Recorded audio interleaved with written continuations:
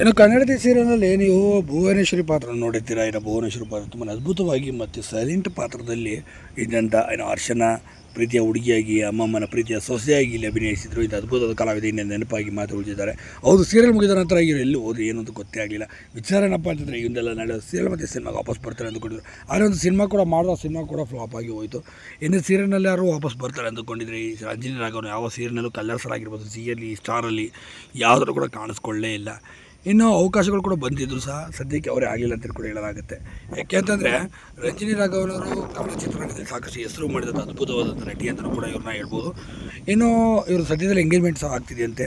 ಹೌದು, ಒಂದು ಫಾರಿನ್ ಹುಡುಗನ ಜೊತೆ ಎಂಗೇಜ್ಮೆಂಟ್ ಕೂಡ ಆಗ್ತಿದ್ದಾರೆ ಅಂತ ಹೇಳಲಾಗ್ತದೆ. ಇದೇ ಕಾರಣಕ್ಕಾಗಿ ನಮ್ಮ ರಂಜಿನಿ ರಾಘವನ್ ಅವರು ಇನ್ನು ಇಲ್ಲ ಅಂತ ಹೇಳ್ಬೋದು. ಯಾಕೆಂದರೆ ಅವರು ಫಾರಿನ್ಗೆ ಹೋಗಿ ಸೆಟಲ್ ಆಗಿಬಿಟ್ರೆ ಇನ್ನು ಸದ್ಯಕ್ಕೆ ಚಿತ್ರರಂಗದ ಕಡೆ ಬರೋದು ಬಹುತೇಕ ಅನುಮಾನ ಅಂತ ಹೇಳಲಾಗುತ್ತೆ. ಇನ್ನು ಒಳ್ಳೆ ಟೆಕ್ಕಿ ಜೊತೆಯೂ ಕೂಡ ಈಗ ಮದುವೆಯಾಗಿ ಸೆಟಲ್ ಕೂಡ ಆಗ್ತಿದ್ದಾರಂತೆ. ಇದೇ ಕಾರಣಕ್ಕಾಗಿ ನಮ್ಮ ರಂಜಿನಿ ರಾಘವನ್ ಅವರು ಇನ್ನು ನೆನಪಾಗಿ ಮಾತ್ರ ಉಳಿಯಲಿದ್ದಾರೆ ಅಂತ ಸಹ ಹೇಳಲಾಗ್ತದೆ. ಆಗ ನೀವೇನಂತ ಇದ್ರ ಬಗ್ಗೆ ದಯವಿಟ್ಟು ಕಮೆಂಟ್ ಮಾಡಿ ತಿಳಿಸಿ. ಧನ್ಯವಾದ.